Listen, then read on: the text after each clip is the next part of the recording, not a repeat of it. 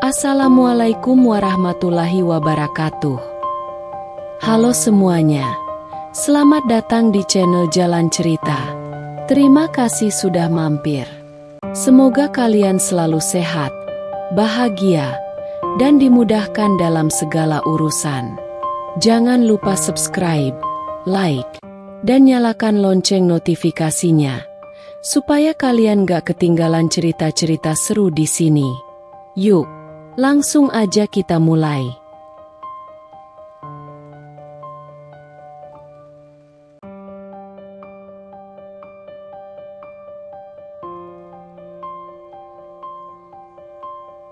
Aku seorang wanita cantik lulusan S2 memiliki sebuah cafe menikahi pria seorang pemulung. Seluruh tamu undangan dan teman-temanku tertawa melihatnya.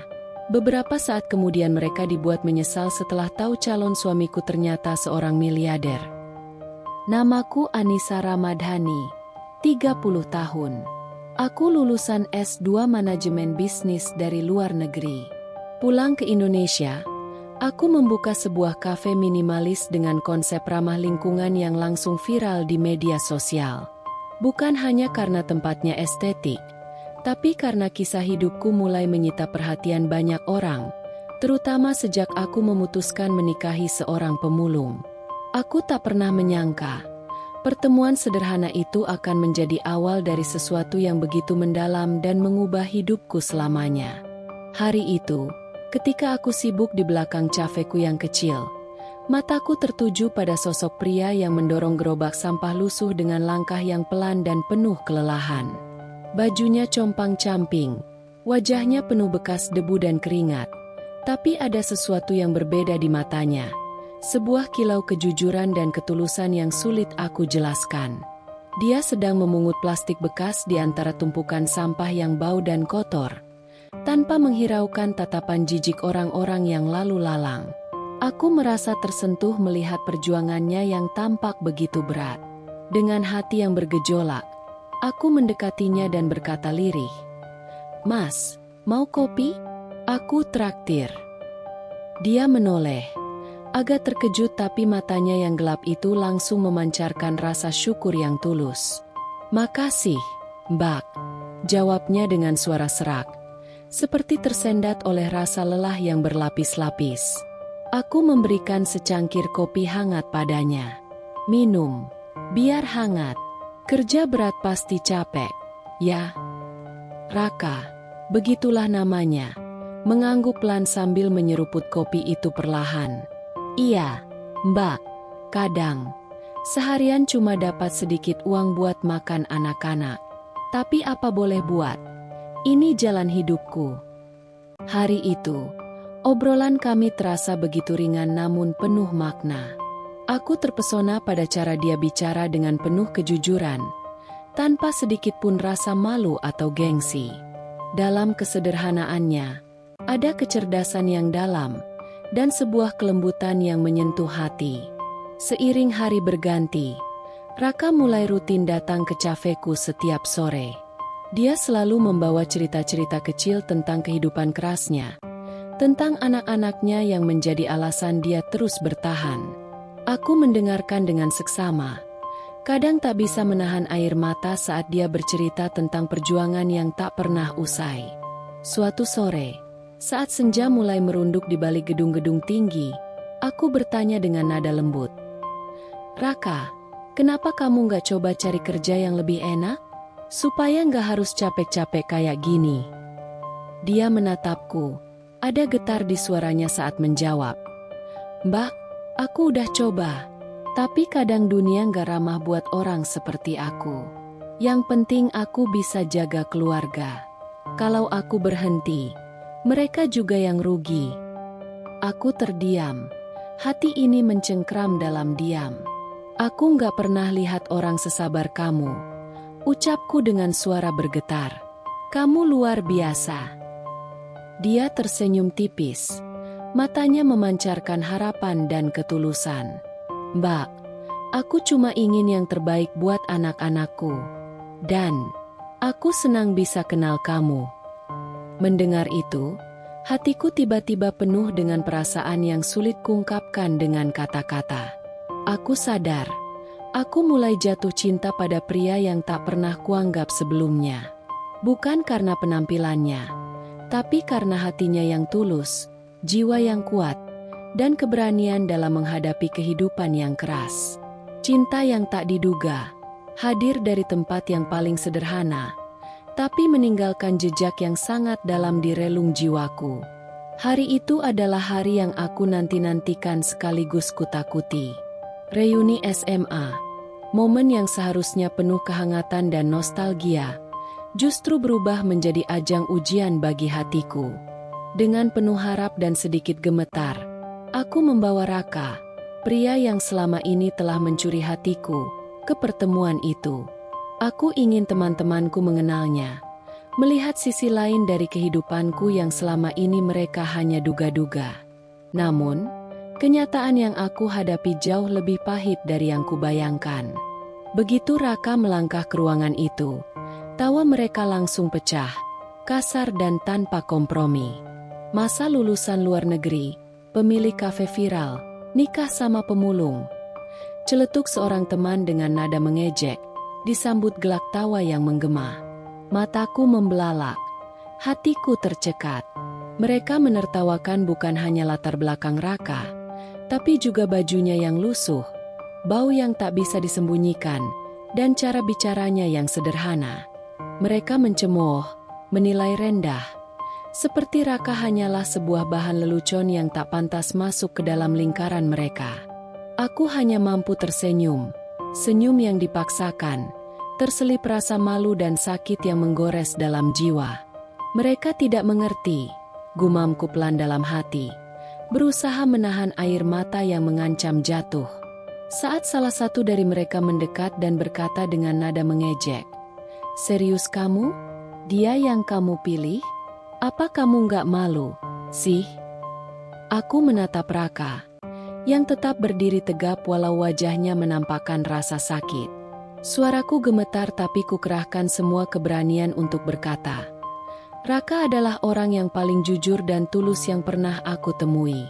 Dia lebih manusiawi daripada banyak orang yang kalian sebut berkelas di sini." Tapi suara-suara sarkasme itu tak kunjung berhenti. Aku tahu, mereka tak akan pernah mengerti arti cinta yang tulus, apalagi keberanian untuk mencintai tanpa syarat.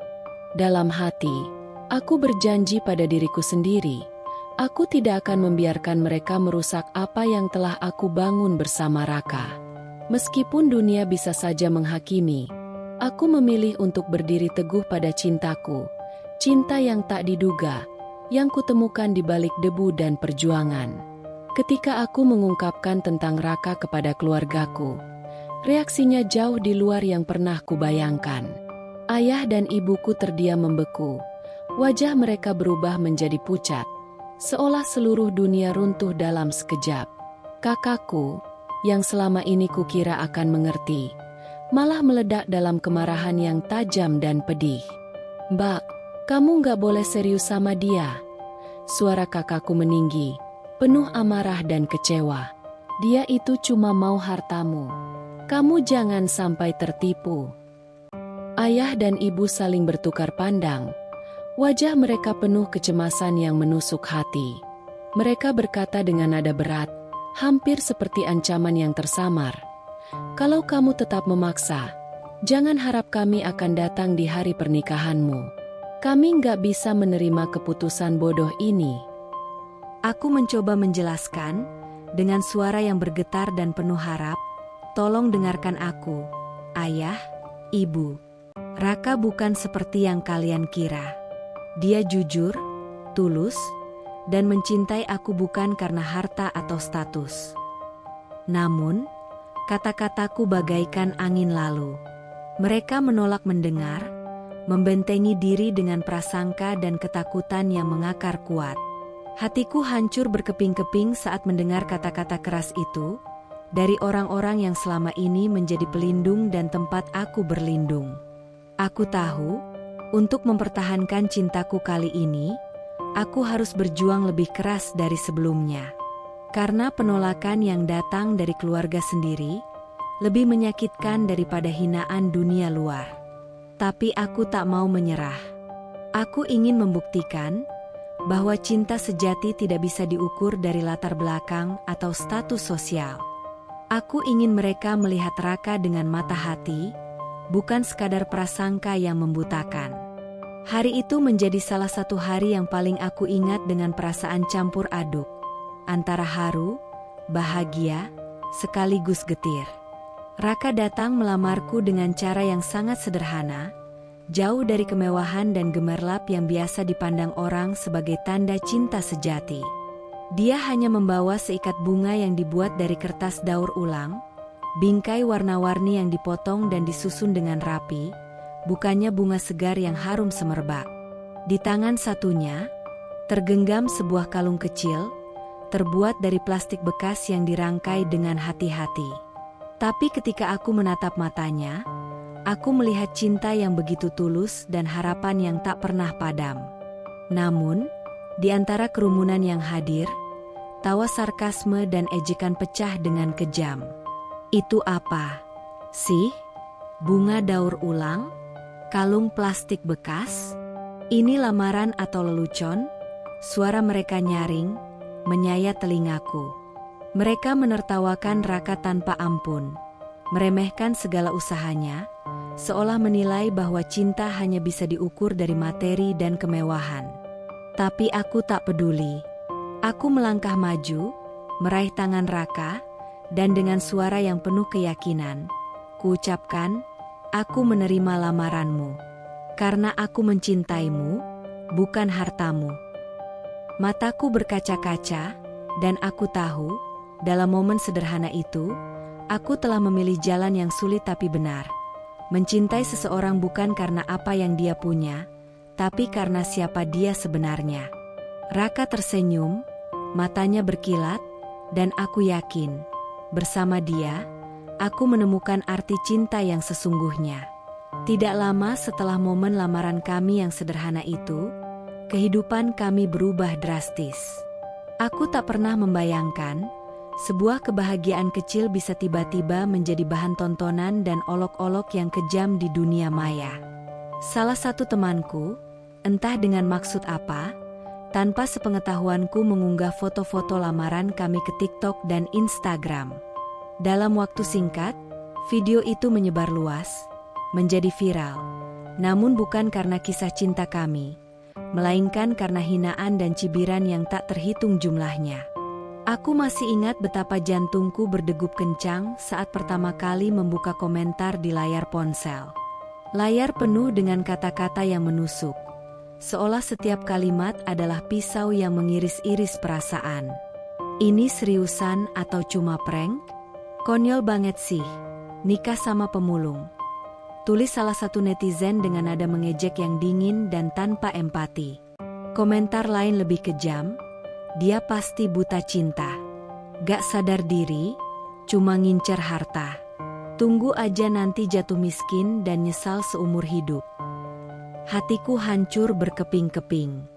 Aku merasakan air mata yang berusaha dipendam, tapi akhirnya meluncur juga tanpa bisa kutahan. Raka, yang duduk di sebelahku, memandang layar itu dengan mata yang juga merah dan penuh luka, tapi ada ketegaran yang luar biasa dalam sorot matanya. Aku menggenggam tangannya erat, suaraku bergetar saat berkata, "Raka, aku tahu ini berat. Aku tahu dunia sedang menilai kita dengan kasar. Tapi kita harus kuat. Ya, kita tahu apa yang kita miliki, bukan hanya tentang materi, tapi tentang cinta yang sejati." Raka menatapku dengan mata yang mulai basah, lalu menjawab pelan tapi penuh keyakinan. "Aku gak peduli apa kata mereka. Aku memilih kamu karena kamu adalah kamu. Aku ingin kita hadapi semua ini bersama, apapun yang terjadi." Aku tersenyum sambil mengusap air mata. Kita akan buktikan pada mereka bahwa cinta kita bukan hanya sebuah lelucon. Kita akan tunjukkan bahwa cinta sejati itu ada, walau dunia menertawakan. Malam itu, di tengah derasnya hinaan yang datang dari segala penjuru dunia maya, kami berdua saling menguatkan. Aku menyadari, Cinta kami memang diuji dengan cara yang paling kejam, tapi aku percaya, dari badai itulah cinta kami akan tumbuh lebih kuat dan nyata daripada sebelumnya. Saat aku melangkah penuh harap ke butik desainer langganan keluargaku untuk mencari gaun pengantin, aku membayangkan momen indah itu akan menjadi awal babak baru dalam hidupku. Namun, kenyataan yang kuterima justru menghancurkan harapanku berkeping-keping. Tak lama setelah aku memilih beberapa model gaun yang kuimpikan, sang desainer yang selama ini kupercaya menghubungiku dengan nada dingin dan tegas. "Maaf, Mbak. Kami tidak bisa menangani pemesanan gaun pengantin untuk acara ini," katanya singkat, tanpa penjelasan panjang. Aku terkejut dan bertanya dengan suara bergetar, "Kenapa, Pak? Apa ada masalah dengan pesanan saya?" Desainer itu menghela napas panjang, lalu berkata dengan nada berat, "Maaf, Mbak. Kami tidak ingin nama kami tercoreng. Ini karena status calon suami Mbak. Kami tidak ingin ada kontroversi." Aku merasakan amarah dan kecewa yang bercampur menjadi satu, tetapi lebih dari itu, ada luka dalam yang menusuk hati. Aku tahu apa yang mereka maksud. Raka adalah pemulung, dan itu membuatku dianggap hina di mata mereka. Aku membalas dengan suara yang tertahan tapi penuh tekad, "Gaun pengantin bukan hanya soal nama atau status. Ini tentang hari di mana aku akan mengucapkan janji seumur hidup. Kalau kalian menilai dari latar belakang, itu bukan cinta. Itu prasangka yang menyakitkan." Namun, pintu itu tertutup rapat tanpa kata-kata lagi. Aku berdiri di sana, sendirian dengan gaun impian yang kini terasa jauh dan tak mungkin kugapai. Tapi aku tahu, walau tanpa gaun mewah dan kemewahan, cinta kami tetap akan bersinar. Karena di balik semua penolakan dan hinaan itu, aku memilih berpegang pada satu hal, cinta sejati tidak membutuhkan hiasan duniawi. Aku tak pernah menyangka pengkhianatan bisa datang dari orang yang paling dekat dan kupercayai. Sahabat yang selama ini kubanggakan sebagai pelindung hati dan tempat curhatku. Rani, dengan senyum manis yang dulu selalu membuatku merasa aman, kini berubah menjadi bayangan gelap yang menusuk punggungku. Suatu sore, saat aku sedang sibuk mengurusi persiapan pernikahan, Rani mendekat dengan langkah pelan tapi penuh maksud. Matanya menyipit. Bibirnya melengkung sinis saat dia berkata, "Kalau kamu gak tahan dihina, kasih dia ke aku aja. Mungkin dia lebih cocok sama orang seperti aku." Kalimat itu seperti pisau yang terhunus tepat di tengah dadaku. Aku terpaku. Sulit percaya bahwa sahabatku yang kukira setia justru menyimpan niat licik di balik kata-katanya yang dingin dan menusuk itu. Aku mencoba mengendalikan amarah dan rasa sakit yang membuncah. Suaraku bergetar ketika membalas. "Rani, kenapa kamu bilang begitu? Apa yang kamu inginkan sebenarnya?" Dia hanya tersenyum sinis, lalu membalikkan badan tanpa sepatah kata lagi, meninggalkanku dengan hati yang hancur berkeping-keping. Aku merasa dikhianati, bukan hanya karena kata-katanya, tapi karena rasa percaya yang hancur berkeping. Dalam sekejap, aku menyadari bahwa perjuangan cintaku bukan hanya melawan dunia luar, tapi juga harus bertahan dari luka yang datang dari dalam lingkaran terdekatku sendiri. Namun, aku berjanji pada diriku sendiri, rasa sakit ini akan kubah menjadi kekuatan untuk terus melangkah dan mempertahankan cinta yang selama ini kupegang teguh. Malam itu, udara terasa begitu sunyi dan mencekam. Jantungku berdebar tak menentu, penuh kecemasan yang membuncah tanpa henti. Hanya tinggal 1 hari lagi menuju akad pernikahan kami, dan Raka, lelaki yang selama ini menjadi tumpuan hatiku, tiba-tiba menghilang tanpa jejak. Aku sudah menghubunginya berkali-kali, namun ponselnya selalu tak aktif. Pesan yang kuirim tak pernah dibalas. Setiap detik terasa seperti siksaan, menyiksa hati yang penuh harap sekaligus takut. Keluargaku, yang dari dulu tak pernah merestui hubungan kami, langsung menyalahkan Raka. Dia pasti kabur, gak berani menghadapi semuanya, kata mereka dengan nada penuh kemenangan dan sinis. Aku mencoba membela, tapi suaraku tercekat oleh kepedihan dan kebingungan. Tidak mungkin dia seperti itu. Raka tidak akan meninggalkanku begitu saja. Namun, kata-kata itu hanyalah doa yang terlontar tanpa kepastian. Hingga akhirnya aku duduk sendiri di musola kecil di belakang kafe, tempat kami biasa beristirahat dan bermimpi bersama. Air mata tak terbendung membasahi pipiku, sementara aku terisak dan berdoa sampai subuh.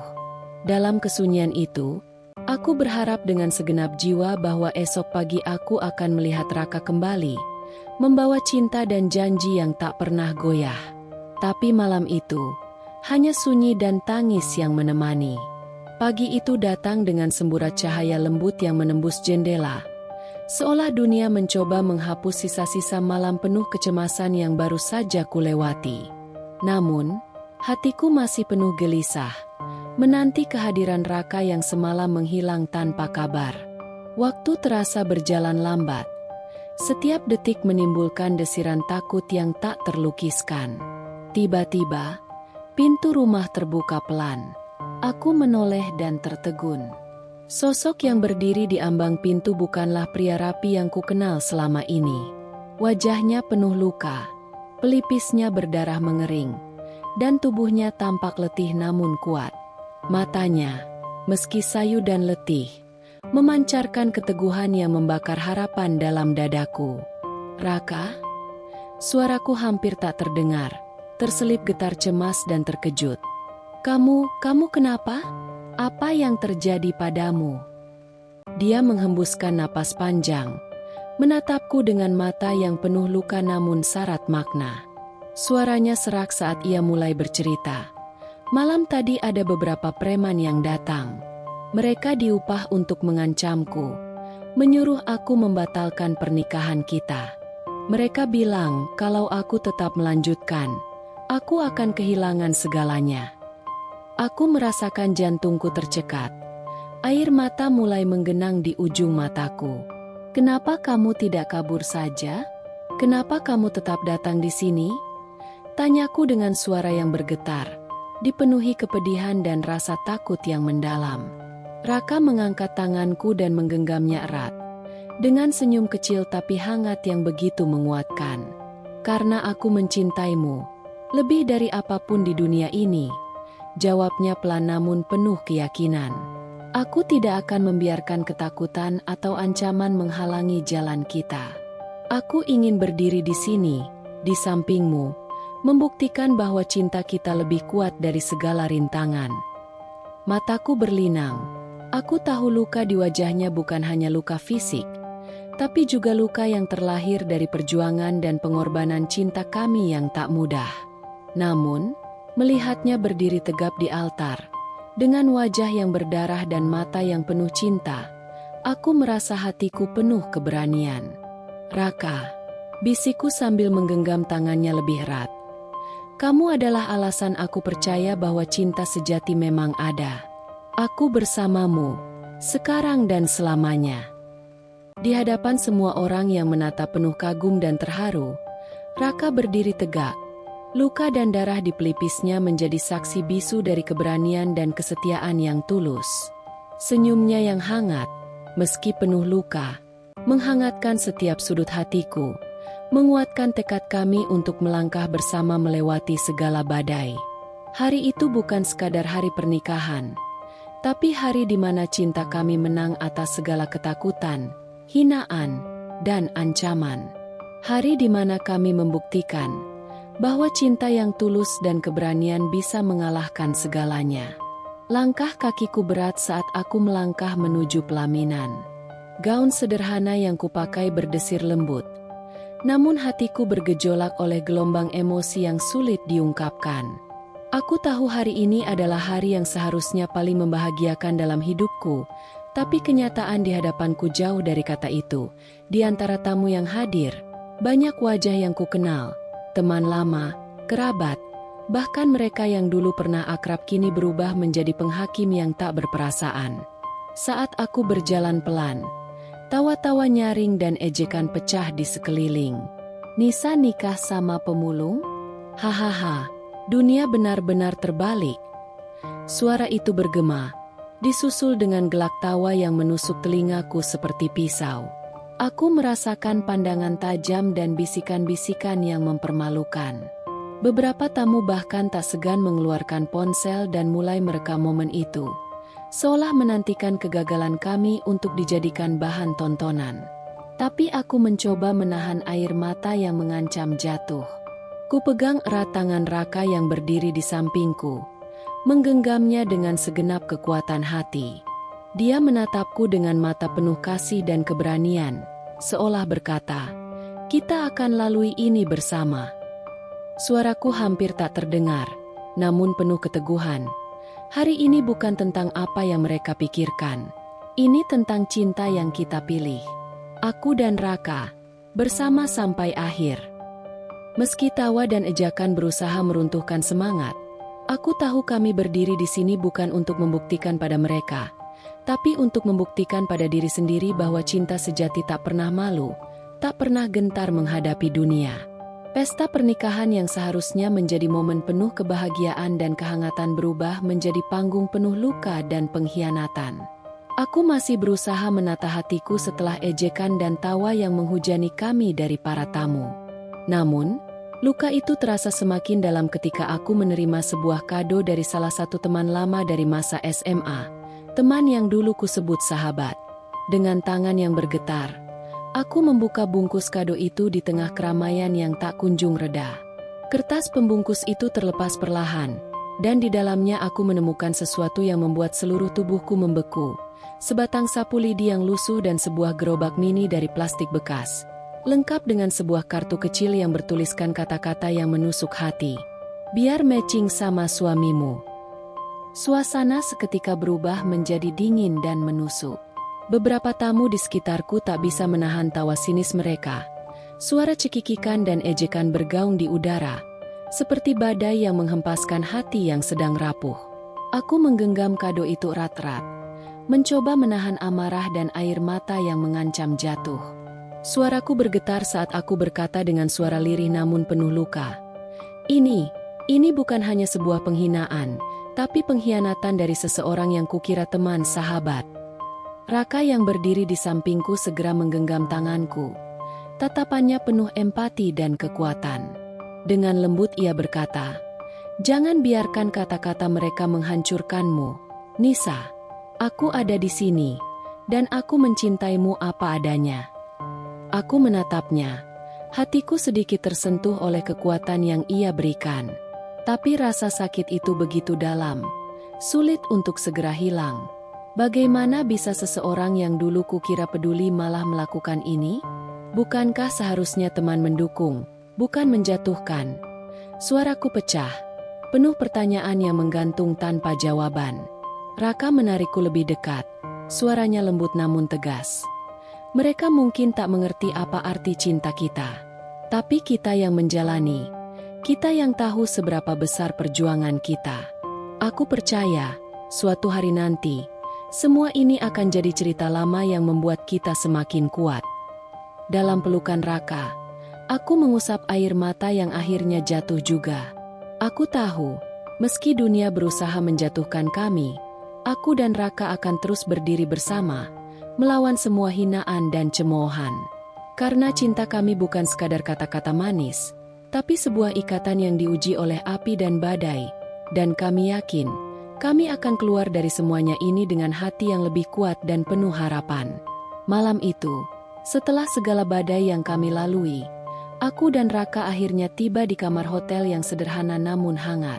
Rasanya seolah seluruh dunia sejenak berhenti berputar, memberi kami waktu untuk menikmati kebersamaan yang selama ini kami impikan. Namun, di balik keheningan yang menenangkan itu, ada sesuatu yang membuat dadaku berdebar tak menentu.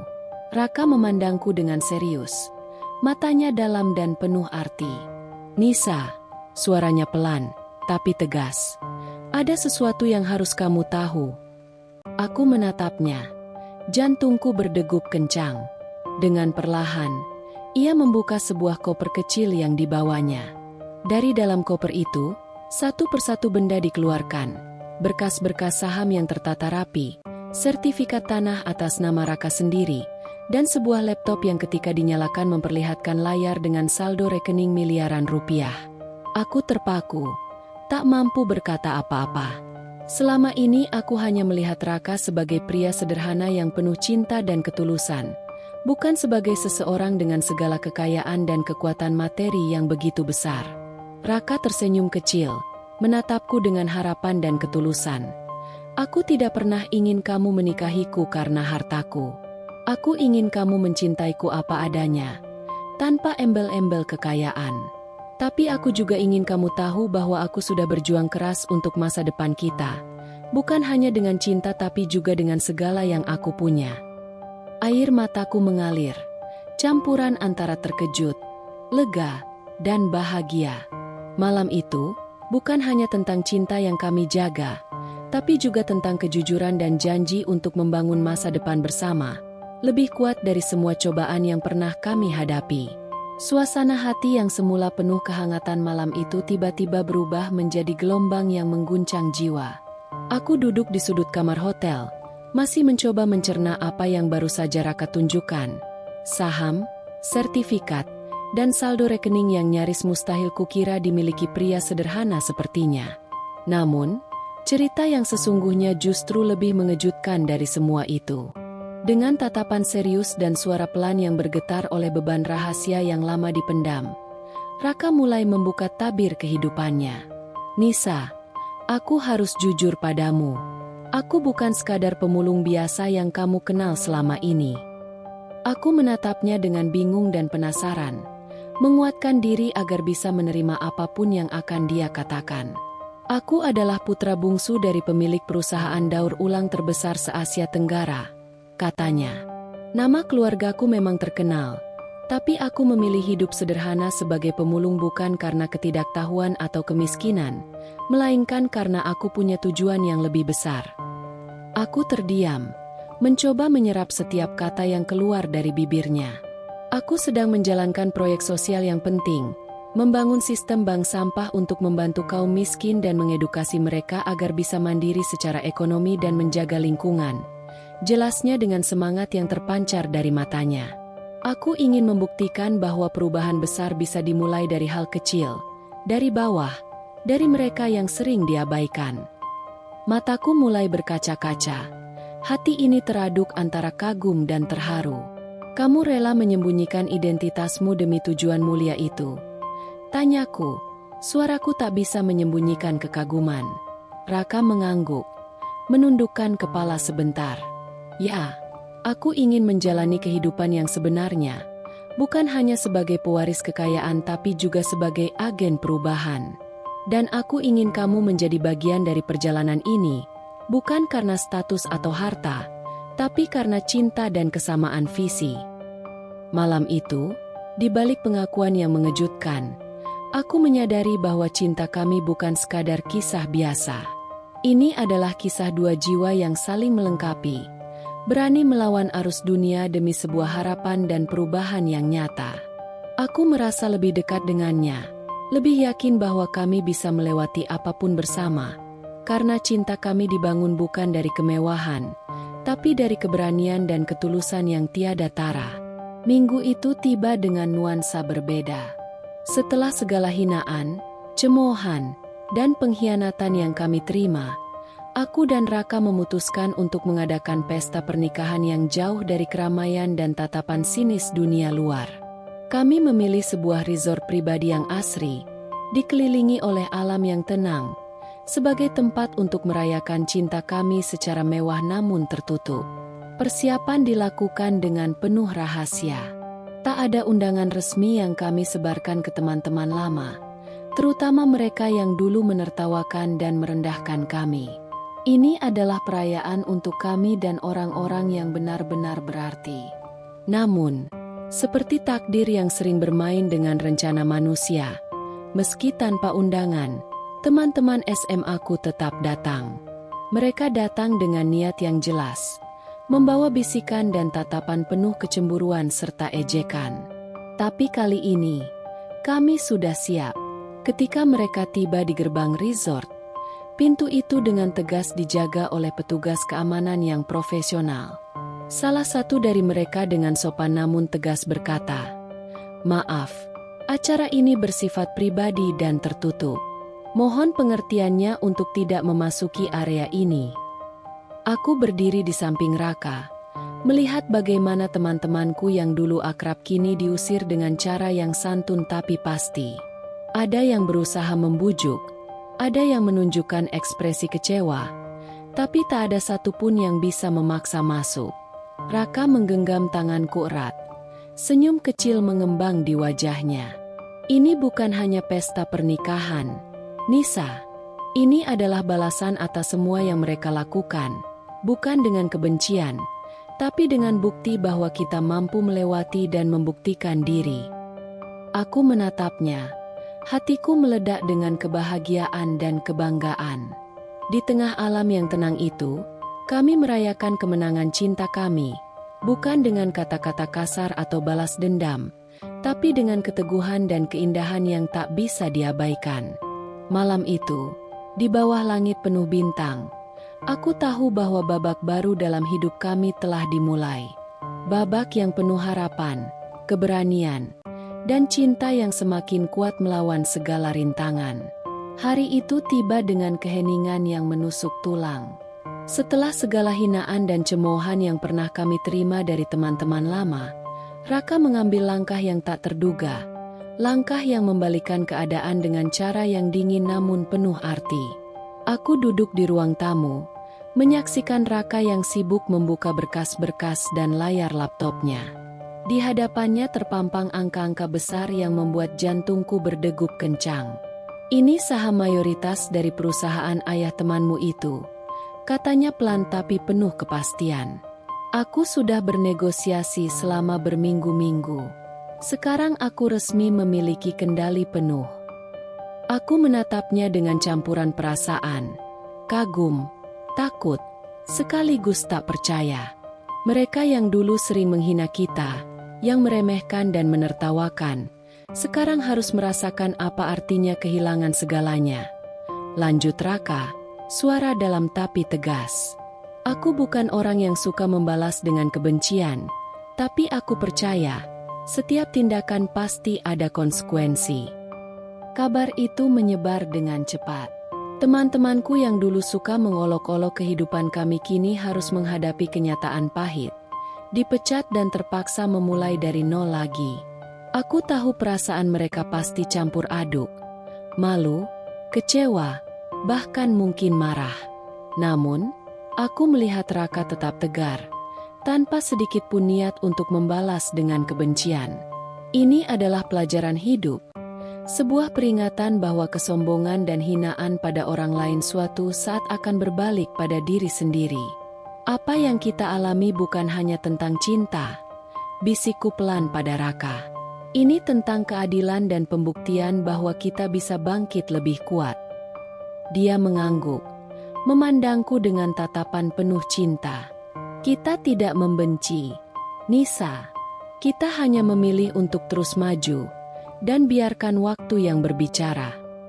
Hari itu menjadi titik balik bukan hanya bagi kami, tapi juga bagi mereka yang pernah meremehkan. Sebuah babak baru dalam hidup kami yang ditulis bukan dengan dendam, tapi dengan keberanian dan keteguhan hati. Hari demi hari, cerita tentang kafe kecil kami yang sederhana namun penuh makna semakin menyebar luas. Kisah perjuanganku dan Raka yang penuh liku, dari hinaan hingga kebangkitan, berhasil menyentuh hati banyak orang. Akhirnya, kafe kami bukan hanya menjadi tempat nongkrong biasa, tapi juga simbol inspirasi dan keberanian. Kehadiran tamu berdatangan silih berganti, termasuk beberapa wajah lama yang dulu pernah mencibir dan meremehkanku. Suatu sore, saat aku sedang sibuk mengatur meja, seorang wanita yang kukenal dari masa SMA menghampiriku dengan wajah yang terlihat lelah dan penuh harap. "Nis," suaranya pelan dan sedikit ragu. Aku butuh kerja. Suamiku kabur meninggalkan aku dan anak kami. Aku benar-benar kesulitan sekarang." Aku menatap matanya.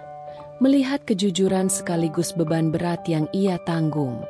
Namun, di dalam hatiku juga berkecamuk berbagai perasaan, kecewa, was-was, tapi aku berusaha tetap tenang.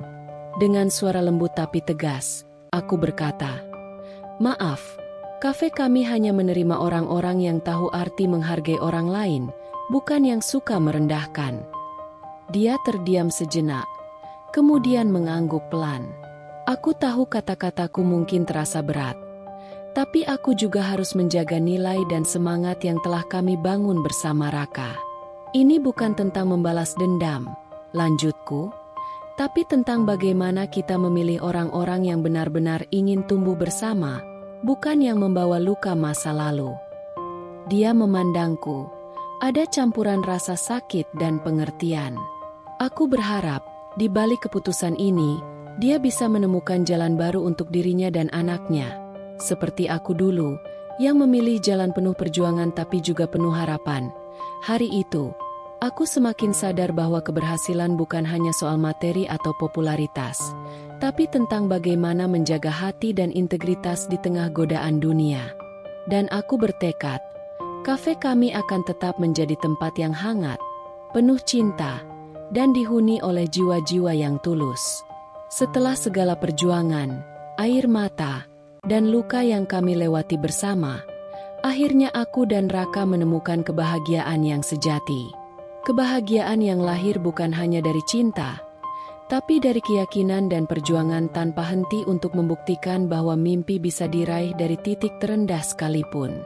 Kami membuka cabang-cabang kafe kami di berbagai kota, masing-masing menerapkan sistem daur ulang yang inovatif dan ramah lingkungan. Sebuah warisan dari misi sosial Raka yang selama ini menjadi kekuatan kami. Setiap langkah kami bukan hanya membangun bisnis, tapi juga membangun kesadaran dan harapan baru bagi masyarakat.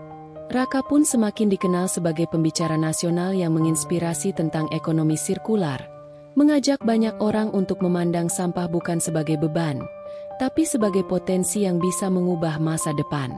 Sementara itu, teman-teman lama yang dulu sering mencibir dan merendahkan, kini hanya bisa menelan ludah melihat keberhasilan kami dari layar ponsel mereka.